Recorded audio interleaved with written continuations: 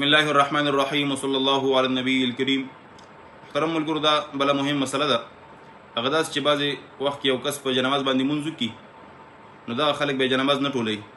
په کورونو کې زنانه ورته سختې خبرې کوي چې تاسو جنماز ولې نه ټولوئ، په دې باندې شیطان مونځ کوي. نو ډېر د ناشنا خبره پکې دا د شیطان پې مونځ کوي. نو شیطان رزیل د یوې سجدې نه انکار وکړي ته پې غوڼ مونځ کوي، نو دا غلطه خبره ده. زنانه خو جاهلان دي، لا علم دي، علم دوی کې نشته.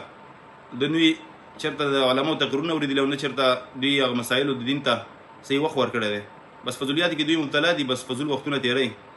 نو دا د دې خلکو غلطه خبره ده. که جنماز ټول شي او که ټول نه شي هېڅ پروا نه کوي. هسې د ځوانانو ته یا عام خلکو ته دا خبره کوم، دوی خو جومات ته راځي.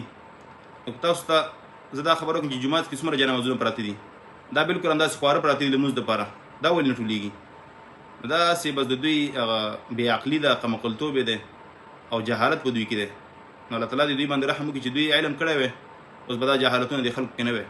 بهرحال جنماز کې ټول شي او که ټول نه شي هېڅ پروا نه کوي، پروت دی خپل ځای باندې. یو کس دې راځي مونځ دې پکې وروسته دی بل کس راځي هغه باندې مونځ کوي. نو صرف دې دپاره ټولول پکار دي جنماز چې دا به چېرته دې باندې ګند ونغورځېږي یا چېرته داسې ګردونه پرې رانشي، دې دپاره ټولول پکار دي. نور البته دې دپاره ټولول پکار نه دي چې ته دې باندې شیطان مونځ کوي. نه، دا غلط خبره ده.